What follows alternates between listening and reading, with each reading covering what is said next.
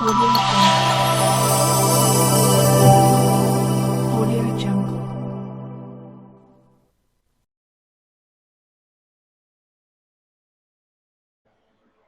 So hello everyone, welcome back to World of Commerce classes. My name is Yashika Oberoi and I will be teaching you class 11th accountancy. So the chapter which we are studying is double entry system, or you can say in some books it is by the name of accounting procedure, rules of debit and credit. So today is our second class of this chapter, and this is our last class as well of this chapter because we are going to complete the chapter in this lecture itself. ठीक, अब हम आज करने क्या वाले हैं, आज हम इसके प्रैक्टिकल क्वेश्चन सॉल्व करने वाले हैं। पिछली क्लास में हमने देखा कि डबल एंट्री सिस्टम होती क्या है, उसके कैरेक्टरिस्टिक्स क्या हैं, फीचर्स, बेसिक प्रिंसिपल्स क्या हैं। साथ ही साथ हमने पढ़ा कि टाइप्स ऑफ अकाउंट्स में कौन कौन से टाइप्स हैं अकाउंट्स के एंड क्या क्या रूल्स अप्लाई होते हैं उस पर। बेसिकली अगर मैं आपको बोलूं तो इस चैप्टर में हमने ट्रेडिशनल अप्रोच पढ़ी, जो मैंने आपको दो अप्रोचेस एक्सप्लेन करी थी, मॉडर्न एंड ट्रेडिशनल। तो यहाँ पे ट्रेडिशनल का थोड़ा ज़्यादा जिक्र किया गया।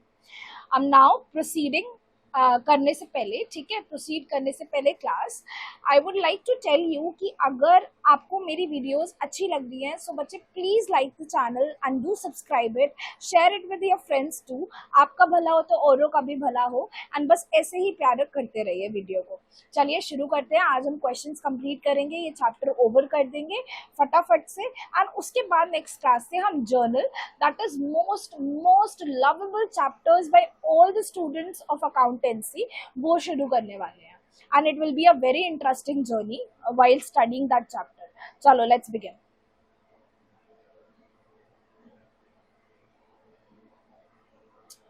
क्वेश्चन नंबर वन क्या कह रहे हैं यहाँ पे लिखा है। अच्छा, मैं आपको ना ये क्वेश्चन सॉल्व करने से पहले थोड़ा रिकैप करा दूं क्या चीजों का। एक सेकेंड रुको जरा, जो पहले समझाया था ना पिछली क्लास में उसका थोड़ा सा रिवीजन कर लेते हैं। हमने ना अकाउंट्स पढ़े थे। अब अकाउंट्स कितने टाइप के होते हैं हमने देखा था। एक होता है भैया पर्सनल, दूसरा होता है हमारा impersonal accounts. Personal and impersonal accounts होते हैं, उसमें भी बहुत सारी कैटेगरीज थी। जो मेन 3 कैटेगरीज थी जिसके ऊपर हमारे rules of debit and credit based थे, वो हमारा था रियल अकाउंट, फिर था हमारा पर्सनल अकाउंट, एंड तीसरा था हमारा नॉमिनल अकाउंट। ठीक है, या तो आप पी एन आर से याद कर सकते हो, P for personal, N for nominal and R for real account. अब इस पे क्या क्या हमारे रूल्स लग रहे थे। रियल अकाउंट पे हमारा लग रहा था debit, what comes in, credit, what goes out. जो आया बिजनेस में उसे डेबिट करो, जो गया बिजनेस से उसे क्रेडिट करो।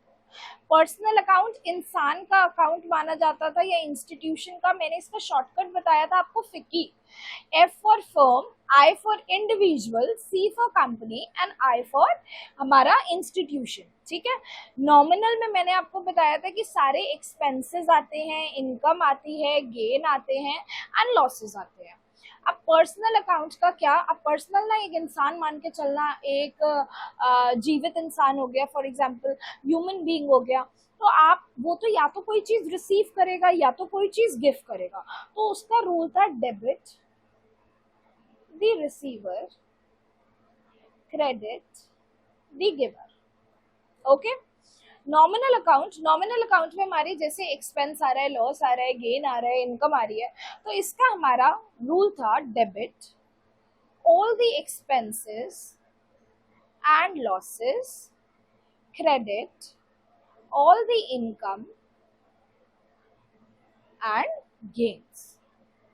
ठीक है बच्चे, this is all you need to know before starting the questions. कौन से अकाउंट होते हैं, शॉर्टकट बताया मैंने, आंखें बंद करो, याद करो कौन से अकाउंट होते हैं। P and R, P for personal, N for nominal, R for real. अब पी फॉर पर्सनल का शॉर्टकट क्या था, फिकी था। फिकी का मतलब इसमें एफ फॉर फर्म का अकाउंट आएगा, आई फॉर इंडिविजुअल का अकाउंट आएगा, सी फॉर कंपनी का अकाउंट आएगा एंड आई फॉर इंस्टीट्यूशन का अकाउंट आएगा। अब ये सारी फिकी जो होता है वो या तो बेनिफिट रिसीव करेगा या देगा, तो उसमें रूल अप्लाई क्लासिफाई करा जाएगा debit the receiver and credit the giver. दूसरे टाइप ऑफ अकाउंट हमारे रियल अकाउंट्स. रियल अकाउंट्स जैसे कि फर्नीचर का अकाउंट, स्टॉक का अकाउंट, मशीनरी का अकाउंट, ये सारे अकाउंट्स आएंगे. तो इसमें या अगर बिजनेस में कोई चीज आएगी तो debit what comes in, business से कोई चीज जाएगी तो क्रेडिट व्हाट गोज आउट. ठीक है. फिर आता है last of all nominal account. Nominal account का मतलब होता है हमारे एक्सपेंस इनकम जिसमें रिकॉर्ड होती है या फिर लॉस गेन रिकॉर्ड होता है. तो इसमें हमें डेबिट करनी होती है सारे के सारे एक्सपेंस एंड लॉसेस को एंड क्रेडिट करना होता है हमें सारी इनकम एंड गेन्स को. ठीक है. चलो आते हैं क्वेश्चन पे, फटाफट से क्वेश्चन सॉल्व करते हैं, लेक्चर फिनिश करते हैं एंड देन जर्नल का स्टार्ट करते हैं. पहले क्वेश्चन में क्या बोल रखा है?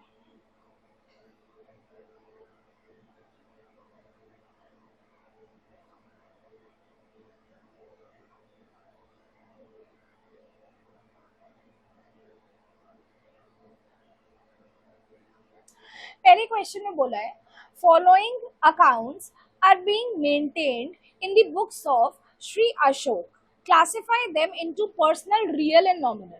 मेरे को ये जो लिस्ट दे रखी है इन्होंने इतने सारे अकाउंट्स की, उसमें क्लासिफाई करना है कि कौन से पर्सनल अकाउंट है, कौन से रियल अकाउंट है, कौन से नॉमिनल अकाउंट है. चलो यहाँ पे लिख देती हूँ मैं, पर्सनल अकाउंट क्लासिफाई करने हैं, रियल क्लासिफाई करने हैं एंड नॉमिनल क्लासिफाई करने हैं. ठीक है. पहला है बच्चे मेरा land and building. Land and building क्या है? लैंड एंड बिल्डिंग कोई पर्सन है क्या? नहीं मैम, पर्सन तो नहीं है.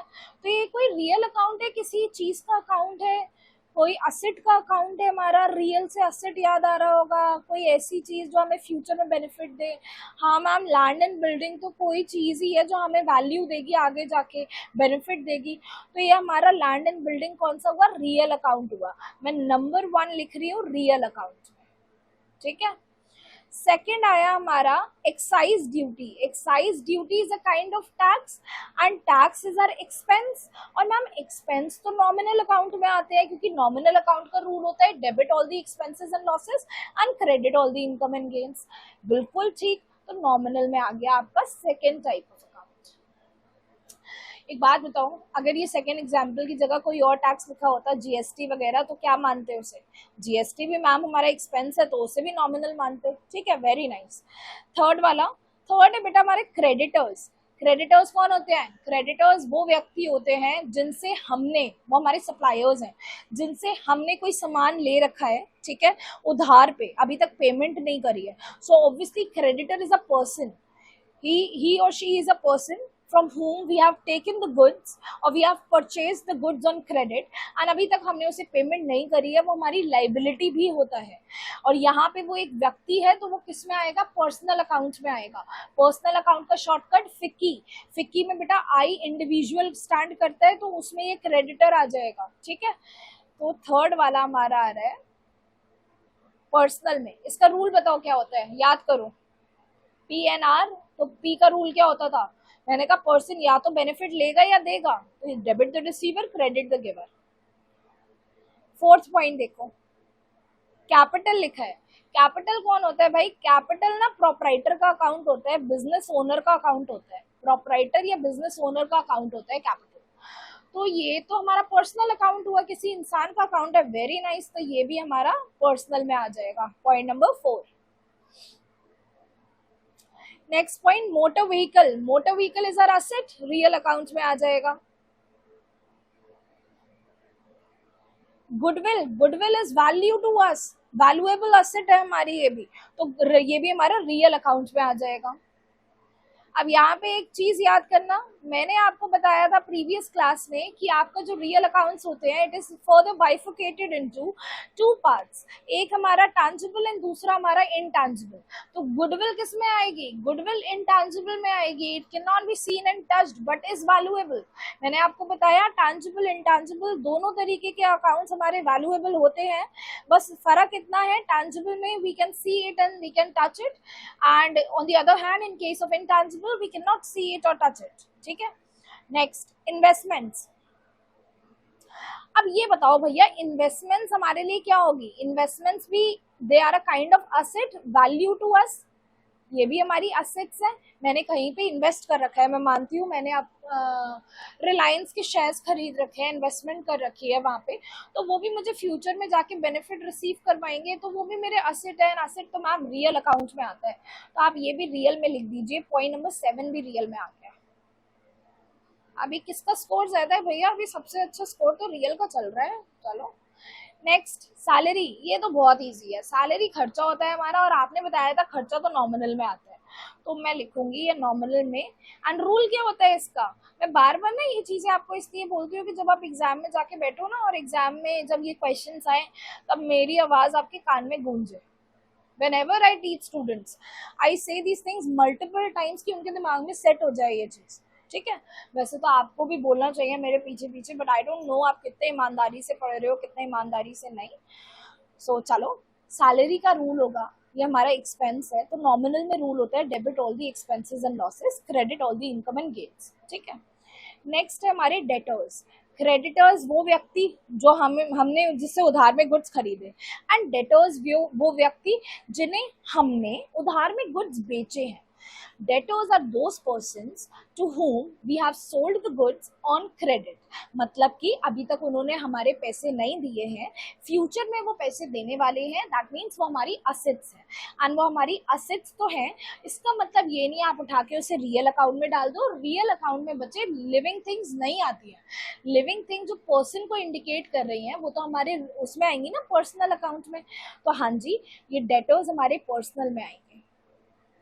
अब आपको पहले एग्जाम्पल मैंने ऐसे समझाया, यहाँ पे कंफ्यूजन बिल्कुल नहीं होनी चाहिए। Debtors although they are our assets, लेकिन असेट्स में भी ये हमारे वो लोग हैं जो ह्यूमन बीइंग्स हैं, जो लिविंग बीइंग्स हैं। ठीक, ये पर्सन है, तो ये पर्सनल अकाउंट में आएंगे। ठीक है, नेक्स्ट आया हमारा बैड डेट्स। बैड डेट्स का मतलब क्या होता है? अगर आपने अकाउंटिंग टर्म्स वाला चैप्टर अच्छे से नहीं पढ़ा है तो मैं आपको याद कराऊं। बैड डेट्स का मतलब होता है मेरे ऐसे दिए हुए उधार जो अब मतलब खराब हो गए मेरे लिए या बैड हो गए। जैसे डेटर्स को मैंने उधार पे गुड्स बेच दिए। फॉर एग्जाम्पल मैं सेलर हूँ, मैंने आप लोगों को गुड्स बेचे उधार पे, तो आप लोग मेरे डेटर्स हो, आप मुझे फ्यूचर में जाके पैसे दोगे। अब उसमें से किसी भी एक स्टूडेंट ने डिफॉल्ट कर दिया एंड मेरे को पैसे नहीं मिले, तो वो जो मेरे डेट्स थे ना, जो मुझे पैसे लेने थे ना, वो मेरे बैड हो चुके हैं। दैट मीन्स मेरा लॉस हो चुका है। ये हमेशा याद रखना बच्चे, ये अच्छा पॉइंट है, आगे तक आता है और बहुत बच्चे गलत करते हैं। ये हमारा लॉस हो गया। और मैम लॉस तो नॉमिनल में आता है ना, because you have said debit all the expenses and losses, credit all the income and gains. Very nice. हाँ जी, तो हमारे बैड डेट्स लॉस होते हैं हमारे, एंड लॉस का कहाँ पे आता है ट्रीटमेंट? नॉमिनल अकाउंट में आता है, तो हम ये नॉमिनल में लिखेंगे। Point number 10। नेक्स्ट है हमारा depreciation. What is depreciation? Depreciation का मतलब है जब कोई असेट जो हम यूज कर रहे हैं, मैं एग्जांपल लेती हूँ, मेरी कपड़े बनाने की फैक्ट्री है, उसमें मैं एक मशीन का इस्तेमाल करती हूँ। वो मशीन का मैं इतना इस्तेमाल करती हूँ कि उसकी वैल्यू घटती रहती है, कम होती रहती है, डिक्लाइन होती रहती है। So a continuous and gradual decline in the value of asset over a period of time is known as depreciation. जैसे जैसे उस असेट की वैल्यू घटती है तो हम उसे कहते हैं वो डेप्रिशिएट हो रही है असेट। डेप्रिसिएशन हमारे लिए बेटा एक एक्सपेंस या नुकसान है, मेरी असेट कम हो रही है। ठीक है, तो it is a loss for us. तो लॉस किस में आते हैं? नॉमिनल अकाउंट में आते हैं, आप नॉमिनल में लिखोगे। नेक्स्ट आया हमारा वेजेस। वेजेस का मतलब दिहाड़ी वर्कर्स को, कैजुअल लेबरर्स को आप जो पेमेंट करते हो वो वेजेस होती है। ठीक है, तो वेजेस हमारा एक्सपेंस है, एक्सपेंस अगेन नॉमिनल में आएंगे। नॉमिनल का स्कोर बढ़ रहा है बहुत तेजी से। नेक्स्ट है हमारा रिपेयर्स। रिपेयर्स भी हमारा खर्चा है, नॉमिनल में आएगा। अभी तक याद हो जाना चाहिए तुम लोगों को कि खर्चे, इनकम, गेन, एक्सपेंस, सॉरी खर्चे तो एक्सपेंस हुआ ना, एंड हमारा लॉस सारे नॉमिनल में आएंगे। नेक्स्ट है हमारा रमेश या डेटर। अब इन्होंने एक डेटर का नाम बता दिया, रमेश जीता जागती नहीं, जीता जागता व्यक्ति है, तो वो तो फिकी में आएगा। फिकी मतलब हमारा firm, institution, individual and company, तो आपका वो पर्सनल में आ जाएगा। ठीक है, नेक्स्ट है हमारा इंटरेस्ट रिसीव्ड। मेरे को कहीं से मैंने कहीं पे लोन दिया है या किसी को लोन दिया है या कुछ भी ऐसी एक्टिविटी करी है जिसकी वजह से मेरे को कुछ इंटरेस्ट रिसीव हो रहा है, तो जब इंटरेस्ट रिसीव हो रहा है तो यार ये तो मेरे बिजनेस के लिए इनकम है ना, एंड अगेन इनकम हमारी नॉमिनल में आएगी। नेक्स्ट है हमारा बैंक ओवरड्राफ्ट। ये भी अच्छा पॉइंट है। अब बैंक ओवरड्राफ्ट होता क्या है, जिन्हें नहीं पता है उन्हें मैं बता दूं। बैंक बैलेंस तो आपकी एसेट होती है, बिकॉज आप फ्यूचर में उसे इस्तेमाल कर सकते हो। यही कभी आपका अगर बैंक बैलेंस नेगेटिव हो जाता है तो वो बैंक ओवरड्राफ्ट कहलाता है। अब जिन बच्चों ने, अच्छा अभी आपके बिजनेस में वो आई गेस नहीं आया होगा, अभी ना आपके बिजनेस में आप आगे जैसे चैप्टर नंबर 5 पढ़ोगे बिजनेस सर्विसेज, तो उसमें आपको बैंक ओवरड्राफ्ट के बारे में बहुत डिटेल में एक्सप्लेन करा जाएगा। Bank overdraft facility current account holders को मिलती है। करंट अकाउंट बिजनेसमैन ओपन करते हैं अपना अकाउंट, उन्हें बैंक ओवरड्राफ्ट की फैसिलिटी मिलती है। दैट मीन्स उनका बैंक बैलेंस नेगेटिव भी हो सकता है, तो ये मेरी लाइबिलिटी होती है। अगर मैं अकाउंटिंग टर्म्स में आपको वैसे क्लियर करूँ ना, तो ये बैंक ओवरड्राफ्ट लाइबिलिटी माना जाता है हमारे बिजनेस के लिए। ये कौन सा पॉइंट है?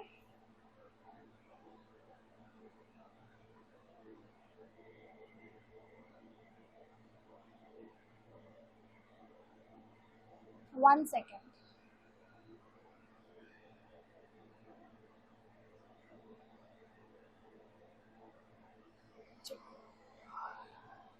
बैंक ओवरड्राफ्ट हमारा, तो बैंक ओवरड्राफ्ट नेगेटिव बैलेंस होता है बैंक का।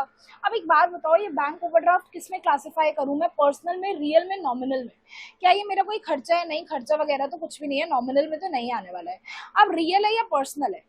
बैंक अकाउंट एक व्यक्ति मेंटेन करेगा, ठीक है, और बैंक में जब नेगेटिव बैलेंस हो जाएगा तो उसी व्यक्ति का बैलेंस होगा। अगर मैं बिजनेस चला रही हूँ, मेरा अकाउंट है, बैंक बैलेंस है, तो वो मेरी एसेट हुआ, ठीक है, वो मैं ही व्यक्ति हूँ उस अकाउंट के पीछे जो मैं होल्ड कर रही हूँ। So in the same manner bank overdraft is also being managed by a person and that person is the proprietor। तो proprietor होल्ड कर रहा है उस अकाउंट को, तो ये किस में क्लासिफाई करेंगे हम? पर्सनल अकाउंट में क्लासिफाई करेंगे। पॉइंट नंबर है हमारा 16। ठीक, I hope I am clear. Next आया बच्चा हमारा परचेज रिटर्न। हाँ, where was I was on point number, ये परचेज रिटर्न वाला पॉइंट। अब परचेज रिटर्न हमारे लिए है क्या? परचेज रिटर्न का मतलब होता है मैंने कोई सामान खरीदा, that is refer to as purchases. अब वो सामान डिफेक्टिव निकला या कुछ भी हुआ जिसकी वजह से मैंने उसे रिटर्न कर दिया। तो बच्चे जब हम परचेज करते हैं वो हमारा एक्सपेंडिचर होता है। एक्सपेंस तो नॉमिनल में आता है, बिल्कुल करेक्ट, नॉमिनल अप्लाई होगा वहाँ पे। परचेज रिटर्न कर दी, मैंने जो खर्चा किया था वो एक तरीके से रिवर्स हो गया क्योंकि मैंने वो सामान वापस कर दिया, तो मेरे लिए तो ये गेन हो गया, एंड गेन हमारे नॉमिनल में आएंगे। So we'll classify this purchase return into nominal. This is our point number XVII। ठीक है, 17। नॉमिनल का भैया बहुत आगे तक पॉइंट्स जा रहे हैं, इसके सबसे ज्यादा मैक्सिमम पॉइंट्स हैं, अब तो आपको याद हो जाना चाहिए। नेक्स्ट है ड्राइंग्स। ये तो बहुत ईजी है मैम। ड्राइंग्स कौन करता है? प्रोपराइटर करता है, बिजनेस ओनर करता है। बिजनेस ओनर करता है तो वो तो एक हमारा पर्सनल अकाउंट हुआ इंसान का, बिल्कुल ठीक बात है, तो इसे हम क्लासिफाई कर देंगे पर्सनल में, 18 वाले को। Then 19 is our freight. Freight का मतलब है बेटा किराया, किसी चीज का भाड़ा देना, तो ये हमारा एक्सपेंडिचर हुआ, ये भी हमारा क्लासिफाई होगा इनटू नॉमिनल, 19 वाला। लास्ट है हमारा रिटर्न इनवर्ड्स। रिटर्न इनवर्ड्स होता क्या है? रिटर्न इनवर्ड्स का मतलब है सेल्स रिटर्न। सेल्स रिटर्न क्या होता है? I have already taught you this in the previous lectures, but I am repeating once again for the students जिन्होंने वो लेक्चर्स नहीं देखे हैं। सेल्स रिटर्न क्या है? मैंने किसी को सामान बेचा, वो मेरी सेल्स कहलाती है, एंड अगर किसी भी कारणवश या वो डिफेक्टिव निकला या कोई भी ऐसा रीजन की वजह से कस्टमर ने मेरे को वो सामान वापस कर दिया, तो वो सेल्स रिटर्न कहलाएगा। अब आप मुझे बताओ, जब मैं सेल करती हूँ तो वो मेरी इनकम होती है, it should be classified into nominal account. Very nice. Next, अब अगर सेल रिटर्न हो जाती है, मतलब रिटर्न इनवर्ड हो जाता है, मेरे को वापस से माल आ जाता है कस्टमर की साइड से किसी भी रीजन की वजह से, तो मैं उसे अपना नुकसान मानूंगी कि मेरी अच्छी खासी सेल हो रही थी और वो सेल अब वापस हो गई। क्यों? क्योंकि कस्टमर ने गुड्स रिटर्न कर दिए, तो मेरा नुकसान हो गया, it is a loss to me. Hence sales inward हमारा, सॉरी, रिटर्न इनवर्ड और सेल्स रिटर्न हमारा नॉमिनल में क्लासिफाई करा जाएगा। Point number 20 will be classified into this. ये हमारा कंप्लीट होता है क्वेश्चन नंबर 1। अब ये मैंने आपको बहुत डिटेल में समझाया, जितने की मेरे को लगता है रिक्वायरमेंट थी नहीं, आप लोगों को इतने अच्छे से ये ब्रश अप होंगे कॉन्सेप्ट्स कि आपको ये सब आता होगा। अब सेकंड वाले से ना जरा मैं स्पीड में काम करने वाली हूँ। Before it I am pausing the video. अभी मैं आपके लिए थोड़ा जूम कर देती हूँ स्क्रीन, क्योंकि ये काफी छोटी लग रही है। ठीक है, एक सेकेंड। चलिए लेट्स बिगिन। तो अब आता है हमारा क्वेश्चन नंबर 2।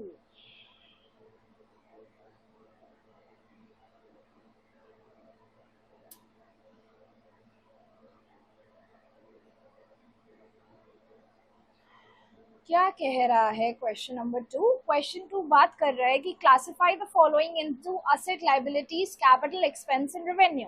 दैट मीन्स हमारा क्लियर वाला कॉन्सेप्ट, क्लियर वाले कॉन्सेप्ट की बात कर रहा है ये।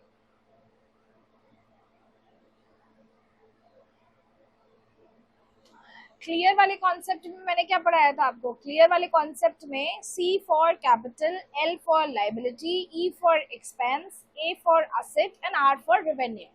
जिसमें मैंने आपको बोला था हमारा CLR, जो CLR होता है उसमें हमारा इंक्रीज क्रेडिट होता है एंड डिक्रीज डेबिट होता है, ये पढ़ा था।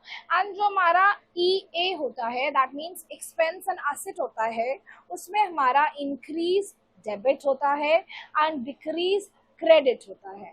ठीक है, उसके बेसिस पे हमें ये क्वेश्चन सॉल्व करने हैं। इंक्रीज डिक्रीज तो खैर अभी नहीं बताना, it is a very simple kind of question. इसमें हमें आपको बस क्लासिफाई करना है क्या चीज़ क्या है। ठीक है, तो पहले आते हैं हम लैंड पे। लैंड किसमें क्लासिफाई होगी? लैंड कैपिटल है क्या? नहीं नहीं, कैपिटल तो वो अमाउंट होती है जो प्रोप्राइटर लाया है। लैंड लाइबिलिटी है क्या? कर्ज है क्या हमारे पे? नहीं नहीं, कर्ज भी नहीं है। खर्चा हमारा? नहीं, खर्चा तो शॉर्ट टर्म के लिए होता है। असेट हमारी? हाँ जी, असेट है हमारी, बिकॉज ये हमें फ्यूचर में इकोनॉमिक बेनिफिट देने वाली है। तो लैंड हमारी क्या है? लैंड हमारी असेट है। ठीक है, फिर इन्वेस्टमेंट्स क्या है? मैंने कहीं इन्वेस्टमेंट करी है, ऑब्वियसली मेरे को फ्यूचर में रिटर्न मिलेगा उस पर। ठीक है, या तो डिविडेंड मिलेगा उस पर, या इंटरेस्ट रिसीव होगा, तो ये भी मेरी असेट होगी। बिल्डिंग क्या है? फ्यूचर में मदद करेगी, बहुत सालों तक बिल्डिंग काम आएगी, चाहे ऑफिस बिल्डिंग हो, कैसी भी बिल्डिंग हो, तो ये भी मेरी असेट है। अब इंटरेस्ट रिसीव करा है मैंने, इंटरेस्ट रिसीव करा, पहली बात तो आपने कहीं इन्वेस्टमेंट करी होगी या किसी को उधार पे कुछ लोन दिया होगा, उस पर आपने ब्याज इंटरेस्ट को रिसीव करा है, तो ये आपकी इनकम हुई। ठीक है, ये किस में आएगा? रेवेन्यू में आ जाएगा। इनकम हुई तो रेवेन्यू में आ जाएगा। नेक्स्ट है सैलरी। बेटा सैलरी खर्चा है ना, आप सैलरी दोगे ना, अगर you are the owner of a company, then you pay the salary to employees ना, सो सैलरी हो गया हमारा खर्चा, मतलब कि एक्सपेंस। बैंक ओवरड्राफ्ट क्या है?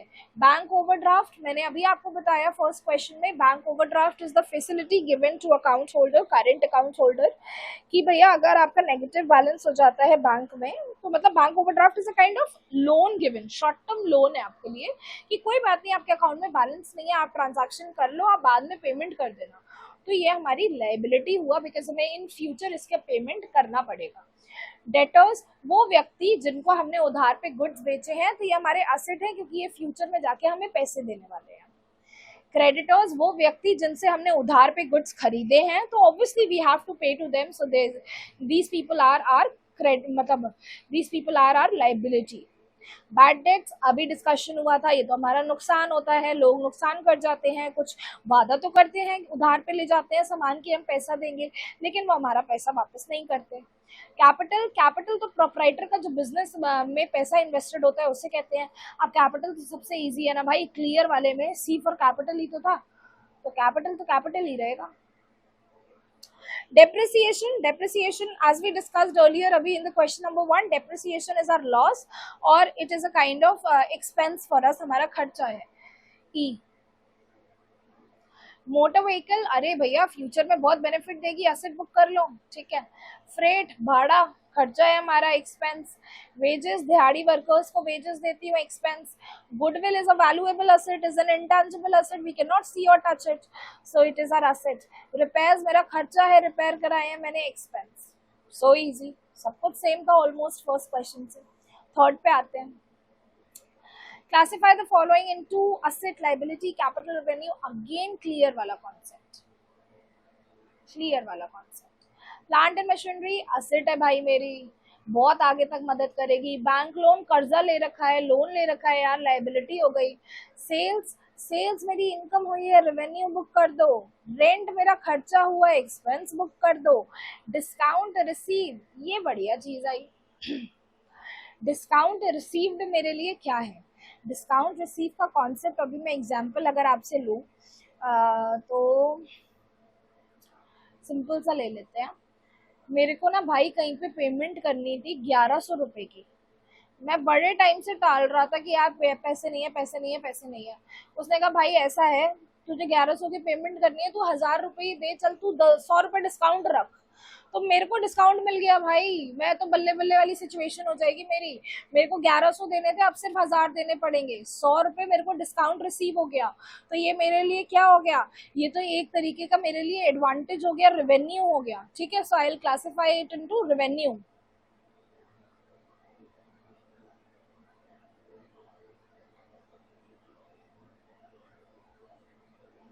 Next, carriage inward. Carriage inward का मतलब होता है बेटा वो किराया जो आप पे करते हो गुड्स को, जहां से आपने परचेज करा है सामान, वहां से लेके फैक्ट्री लाने के लिए। कैरियज इनवर्ड का मतलब हमारा वो वाला किराया जो हम पे करते हैं गुड्स को from the place of purchase to our factory. ठीक है, वो वाला किराया कैरियज इनवर्ड कहलाता है। तो ये मेरा एक्सपेंस हुआ। कैरियज आउटवर्ड वो किराया जो हम पे करते हैं अपने शोरूम से किसी कस्टमर के घर तक या कस्टमर के ऑफिस तक, जहां भी गुड्स की डिलीवरी करनी है वहां पे गुड्स पहुंचाने में।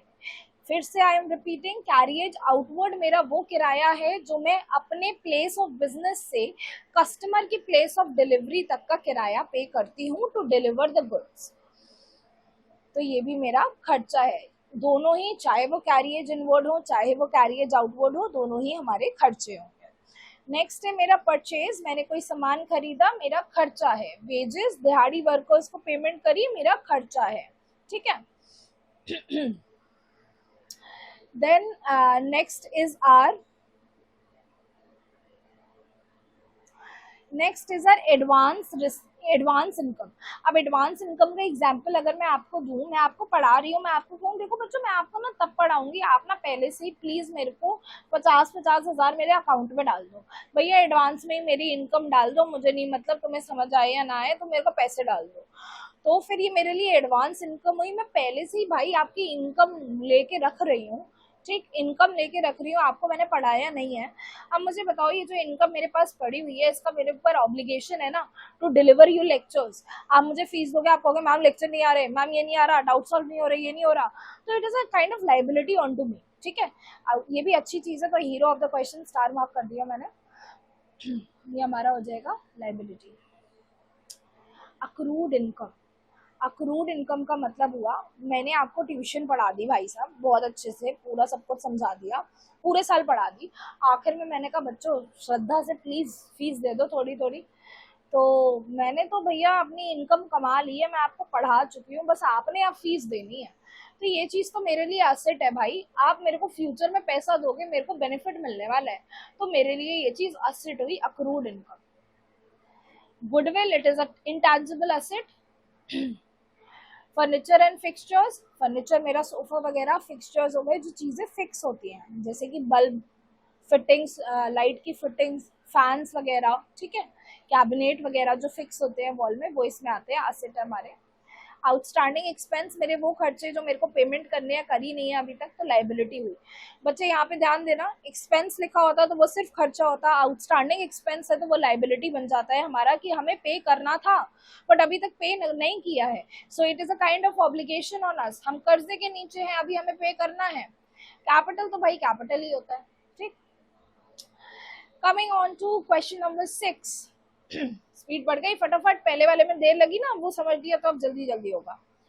On which side will the increase in the following accounts be recorded? Also state the nature of the account. ठीक है जी, सबसे पहले तो हम नेचर बता देते हैं सारे अकाउंट का, फिर इंक्रीज बताएंगे।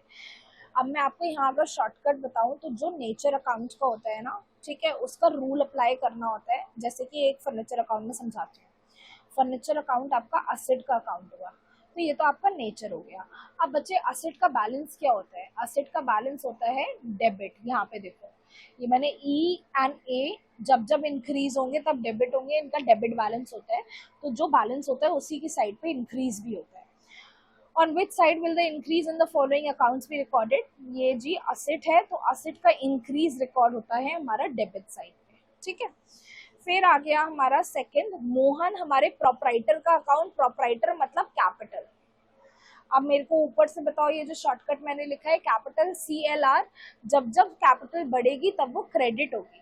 तो हमारा ये क्रेडिट जब इंक्रीज होगा तब क्रेडिट साइड पे रिकॉर्ड होगा। ठीक है, नेक्स्ट आ गया सैलरी का अकाउंट। सैलरी क्या है बच्चे क्लियर में? सैलरी हमारा एक्सपेंडिचर है। तो ये भैया ई वाली चीजें जब जब बढ़ेंगी तब डेबिट में आएंगी। परचेजेस क्या है? सेम मैनर, परचेज मेरा एक्सपेंस है, बढ़ेगा डेबिट में आएगा। सेल्स मेरा रेवेन्यू है, रेवेन्यू का रूल होता है CLR वाला, जब जब बढ़ेगा क्रेडिट में आएगा। इंटरेस्ट पेड, मैंने कोई इंटरेस्ट पे करा, it is an expense for me. So expense जब बढ़ता है तब वो डेबिट में आता है। This you have to learn. Capital, liability, revenue जब बढ़ेंगे there will be an increase, it will be credited, and when there will be a decrease it will be debited. And in case of expense and assets, whenever there will be an increase, it will be debited, and whenever there will be a decrease, it will be credited. ठीक है, next आया मेरा Sohan creditor का account. तो creditor तो मेरी liability होती है, L होगा, एंड जब हमारा लाइबिलिटी बढ़ेगी तब वो क्रेडिट होगा। राम मेरा डेटर है, डेटर तो मेरा असेट होता है, असेट जब भी बढ़ता है तब वो मेरा डेबिट होता है। ठीक है, I hope I am clear with this. Let's move on to next question.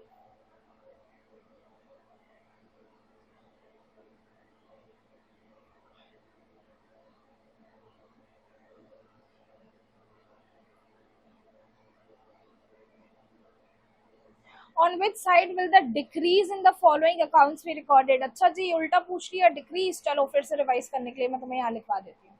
CLR का एक कॉन्सेप्ट है, AE का एक कॉन्सेप्ट है। जब भी ये दो बढ़ते हैं तब क्रेडिट होते हैं, जब ये बढ़ते हैं तब डेबिट होते हैं। CLR जब कम होते हैं तब डेबिट होते हैं, AE जब कम होते हैं तब क्रेडिट होते हैं। ये आपने लर्न करना है।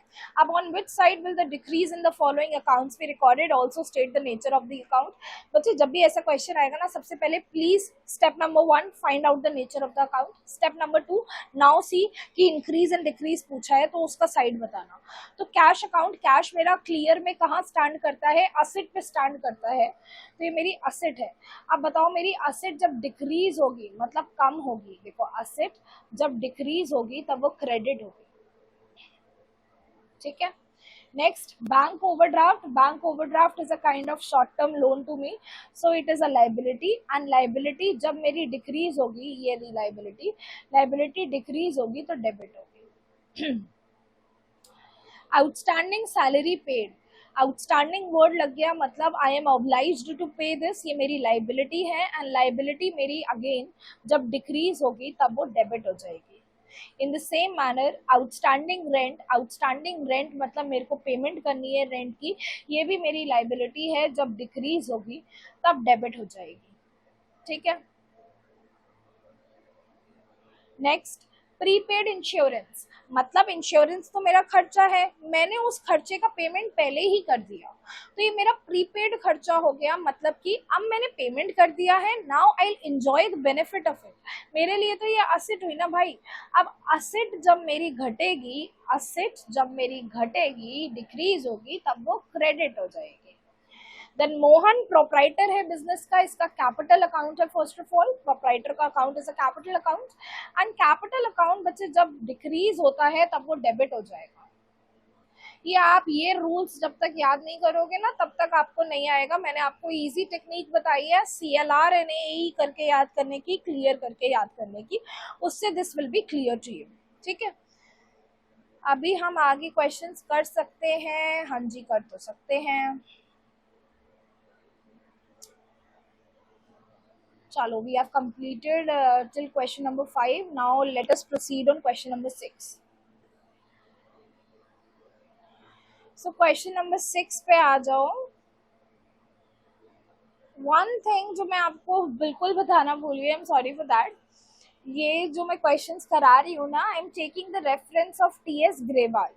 सो अकॉर्डिंग टू मी आपको भी NCERT is not enough for class 11th। So TS Grewal is a kind of comprehensive book जिसमें सारे क्वेश्चंस कवर्ड हैं, इजी से लेके डिफिकल्ट तक, and I will be taking into consideration all of these questions and I will be providing solutions of each and every question of it, of every chapter. So अभी तक मैंने जो भी question कराए वो टीएस ग्रेवाल से हैं, ठीक है। मैं आपको साथ में पीडीएफ अटैच कर दूंगी, जो भी मैं क्वेश्चंस करा रही हूँ उसके सॉल्यूशन साथ साथ में इसका पीडीएफ आपको मिल जाएगा इन दी डिस्क्रिप्शन, ठीक है। 6th वाले पे आ जाओ। 6th में लिखा है बेटा, whether an account will be debited और क्रेडिटेड, ये बता दो। डेबिट होगा क्रेडिट होगा, अच्छा कैसे बता दे भैया।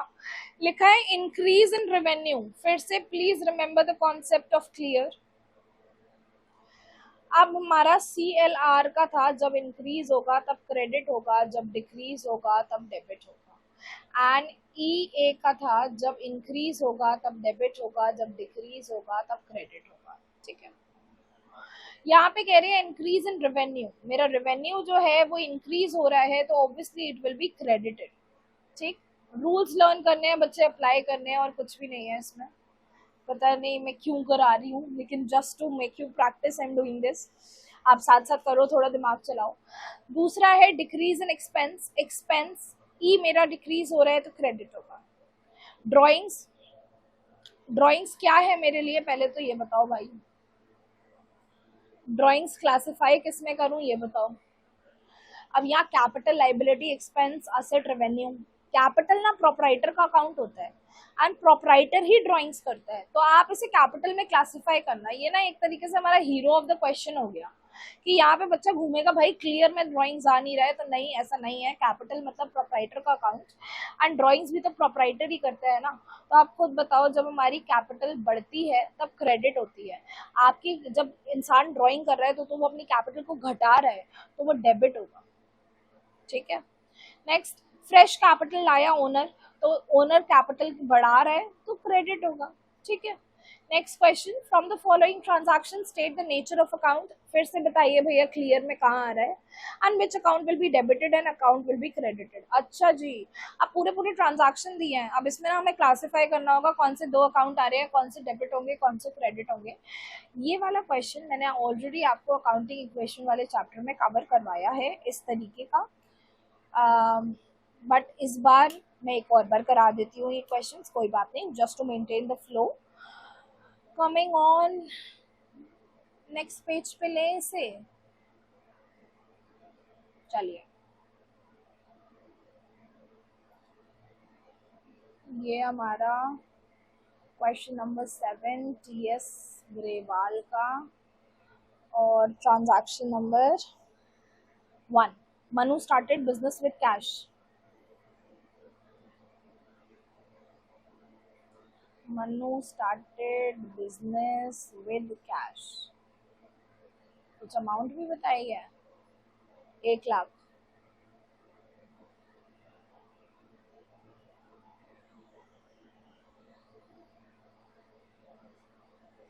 मनु ने बिजनेस शुरू करा है कैश के साथ, कौन सी 2 चीजें इन्वॉल्व है यहाँ पे। एक तो कैश इन्वॉल्व हो रहा है, साफ पता चल रहा है। दूसरा, मनु ने स्टार्ट करा है। बेटा कभी भी क्या प्रोपराइटर का नाम लिखा जाता है, नहीं, कैपिटल लिखा जाता है हमेशा। ये दोनों अकाउंट यहाँ पे इन्वॉल्व है। क्वेश्चन क्या मांग कर रहा है, क्वेश्चन कह रहा है कि आप पहले तो ट्रांजैक्शन में से देखिए, नेचर ऑफ अकाउंट्स बताइए अकाउंट्स आइडेंटिफाई करके, फिर आप बताओ कि कौन सा अकाउंट डेबिट होगा, कौन सा अकाउंट क्रेडिट होगा, ठीक है जी। यहाँ पे नेचर ऑफ अकाउंट के लिए क्लियर पूछना चाह रहे होंगे। तो ये कैश मेरा क्या है, कैश मेरा असेट अकाउंट है। कैपिटल क्या है, कैपिटल तो भाई कैपिटल ही है ना, ठीक है। अब मुझे बताओ कैश बढ़ रहा है या घट रहा है। बिजनेस समझना अपने आप को, प्लीज क्वेश्चन सॉल्व करने में बहुत इजी रहेगा। अब अपने आप को बिजनेस समझो। अब मनु ने स्टार्ट करा है बिजनेस कैश के साथ, तो मैं बिजनेस हूँ भाई, मेरे गले में पैसे आए हैं, कैश बढ़ा है। कैश बढ़ा तो क्या होता है, डेबिट होता है। Very nice. Capital, capital owner की इंक्रीज हुई है बिजनेस में, एंड कैपिटल इंक्रीज होती है तो क्या होती है, क्रेडिट। फिर से मैं यहाँ पे लिख रही हूँ आप लोगों के लिए, CLR जब भी बढ़ेगा क्रेडिट होगा, घटेगा तो डेबिट होगा, ठीक है। एंड EA जब भी बढ़ेगा डेबिट होगा, घटेगा तो क्रेडिट होगा। नेक्स्ट ट्रांजैक्शन पे आ जाऊं, ट्रांजैक्शन नंबर 2। ट्रांजैक्शन नंबर 2 बोल रहा है he purchased furniture for business. Furniture खरीदा है 20,000 का, फर्नीचर खरीदा, he purchased furniture for business. 20K का फर्नीचर खरीदा है इसने। तो कौन से दो अकाउंट्स इन्वॉल्व हैं? एक तो फर्नीचर इन्वॉल्व है, फर्नीचर आया है। तो फर्नीचर कैसे आया भाई? उठा के ले आया क्या? पैसे भी तो दिए होंगे, तो कैश भी तो होगा इन्वॉल्व यहाँ पे। हाँ जी। अब क्लासिफाई करें कौन से टाइप्स ऑफ अकाउंट है। फर्नीचर तो हमारे लिए असेट है, एंड असेट बढ़ रहा है बिजनेस में, तो डेबिट होगा मैम। वेरी नाइस, ऐसे ही याद हो जाना चाहिए बस टिप्स पे। कैश क्या है बच्चे?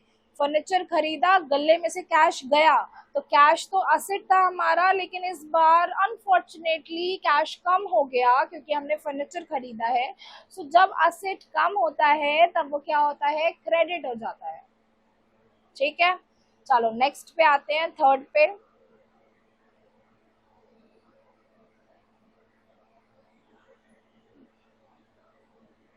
थर्ड में क्या बोल रहे हैं? Purchase goods on credit from Anshul 6,000। Purchased goods on credit from Anshul 6,000। Goods खरीदे हैं भैया, उधार पे खरीदे हैं अंशुल से। 1 सेकेंड। गुड्स खरीदे, उधार पे खरीदे, अंशुल से खरीदे हैं, तो हुआ क्या? हमारे पास गुड्स आए, दैट मीन्स परचेजेस, ठीक। एंड क्रेडिट पे इस बार कैश नहीं गया है, लेकिन एक क्रेडिटर जरूर आ गया है अंशुल नाम का। आप क्लासिफाई करो ऐसे। अच्छा ट्रांजैक्शन है ये।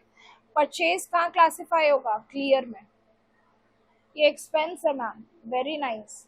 खर्चा बढ़ रहा है, खरीद रहे हैं, खर्चा बढ़ रहा है, डेबिट हो जाएगा। अंशुल कौन है? साफ बोल रखा है इन्होंने, क्रेडिट पे खरीदे हैं उससे गुड्स, तो ऑब्वियसली वो क्रेडिटर है हमारा। अब क्रेडिटर तो हमारी लाइबिलिटी होती है, लाइबिलिटी अगर बढ़ती है तो क्रेडिट हो जाती है। आप देख रहे हो ना, हर किसी ट्रांजैक्शन में एक अकाउंट डेबिट हो रहा है, एक अकाउंट क्रेडिट हो रहा है। This is the dual aspect concept followed here. Fourth point, fourth में लिखा है paid to his creditor Anshul 2,000। अच्छा जी, अंशुल को पे करें 2,000। Paid to creditor Anshul 2,000। यहाँ पे कौन इन्वॉल्व हो रहा है? एक तो पे करा है, तो पे तो भाई कैश पे करा होगा ना, एक तो कैश का इन्वॉल्वमेंट हो रहा है, दूसरा अंशुल का इन्वॉल्वमेंट हो रहा है। एंड अंशुल हमारा क्रेडिटर भी है, ठीक है। क्रेडिटर को पे करा है, बोल रखा है इन्होंने।